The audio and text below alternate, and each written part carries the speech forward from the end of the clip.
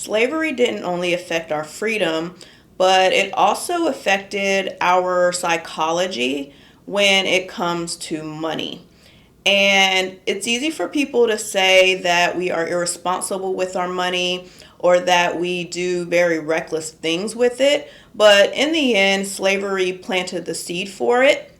And I want to talk about it and just how that institution really just rocked us. And I do want to, of course, talk about how Bitcoin is a solution.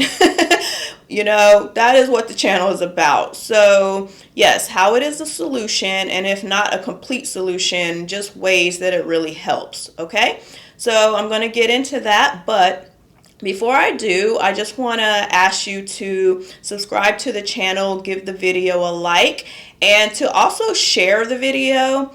So my main focus on this channel is to really enlighten Black people about Bitcoin. So I need you to spread the word about that because I need to reach as many people as possible. So if this resonates with you, definitely share it with somebody you think would benefit. Okay? All right, so let's get into ways slavery affected our financial freedom. Okay? Not just our physical and literal freedom, but our financial freedom, and affected our mindset around money. So per usual, I have my notes here, and I'm just going to go through different ways that we've been affected. And of course, at the end, I'm going to talk about how Bitcoin is a solution. Okay? All right. So the first and main thing, honestly, is what slavery did is it made us look at money as a survival tactic and not an investment tactic.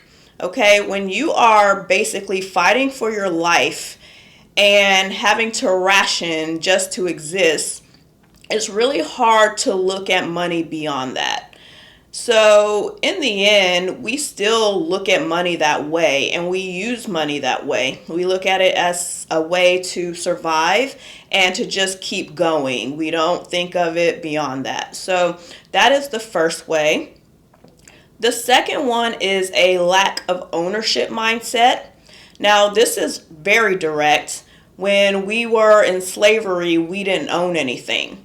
So in our minds, very subconsciously, we kind of feel that ownership is not for us, that it's always been about survival, and it's just embedded in us that ownership, even if we think we're worth it, that is not attainable.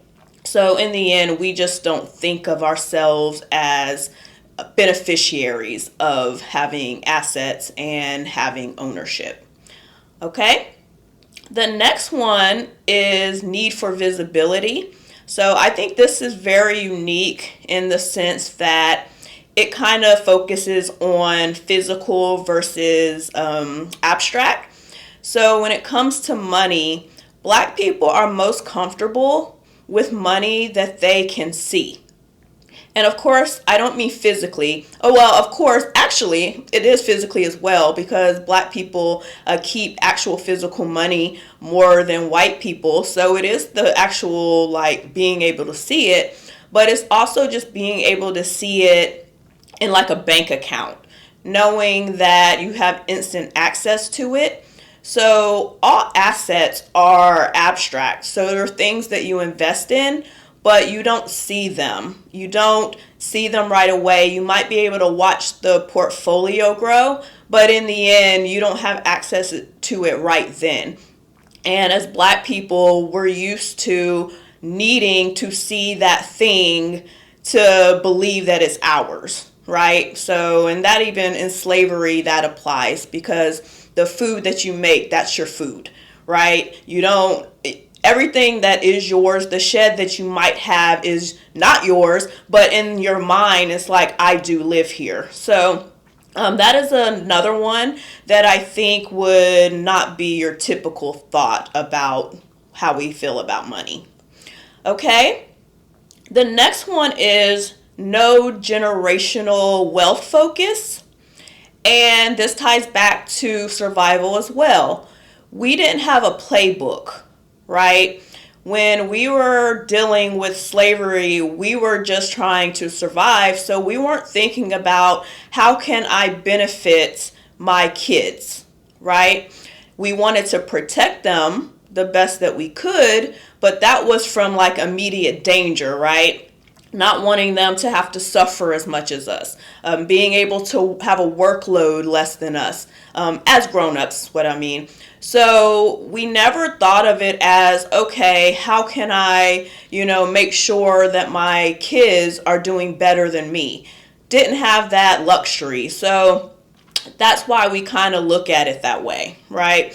We don't think, let me pass down some generational wealth or knowledge in a playbook of wealth. And a lot of it is that we just don't have that luxury now because a lot of us don't have the resources to do that. So that is the next one.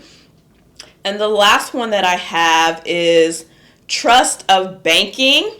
And I wanted to say this one can really be the worst one because it's reliance, right?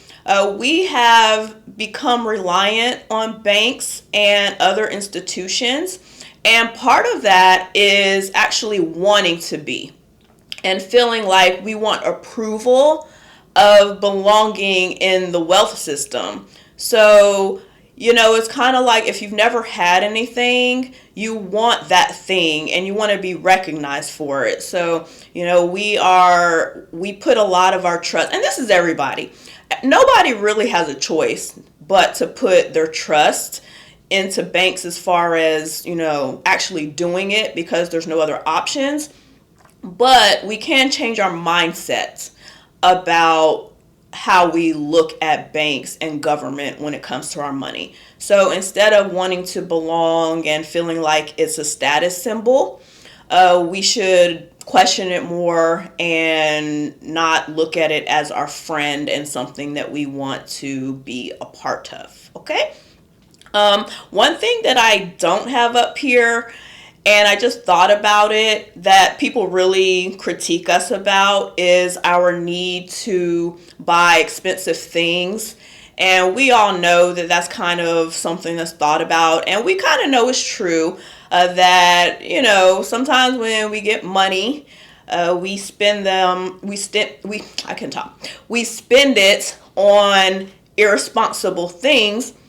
And I would tie that into wanting to belong as well, because we're always trying to prove that we are part of the system and that we are playing the game and that we can also access these things, these luxuries, right? So that kind of ties into it too. I didn't directly put that on the paper, but in thinking about it, that is definitely one of the biggest ways we are accused of spending our money irresponsibly. Okay? So those are the 5 that I have down. So money as survival mindset, lack of ownership mindset, needing visibility with the asset, or not the asset, but visibility with the money, no generational wealth focus, and trust of banking. And the way Bitcoin ties into this is that it's pure ownership.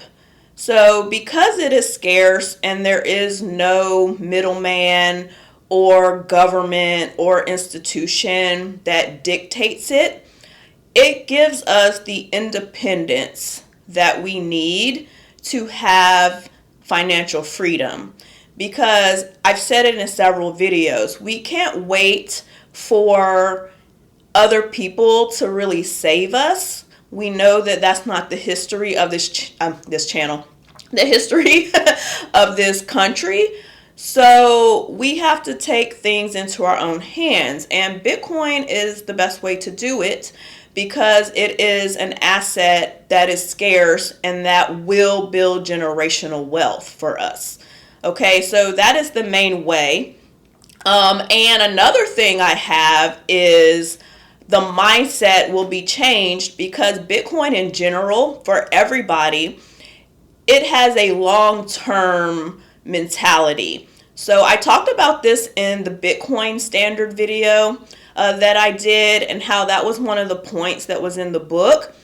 So things that are hard money like gold, Bitcoin, they produce a mindset of long term as opposed to soft money, which are things that can be inflated like the US dollar, and it's associated with a more simple mindset and a buy things now mindset. And it talks about that, and that's how it applies here too. So having Bitcoin will set us up to have a different mindset about money and how we want to store it for the future. Okay, so that's all I have to say for this video. Like I said, please give it a like, subscribe to the channel, and share. And I have a link to the Bitcoin Standard in my description, and I do recommend you go and look at it. It is an amazing book, and it goes into the psychology of money as well, so you can take a look at that. Other than that, have a great day, keep stacking, and I will see you next time. Bye.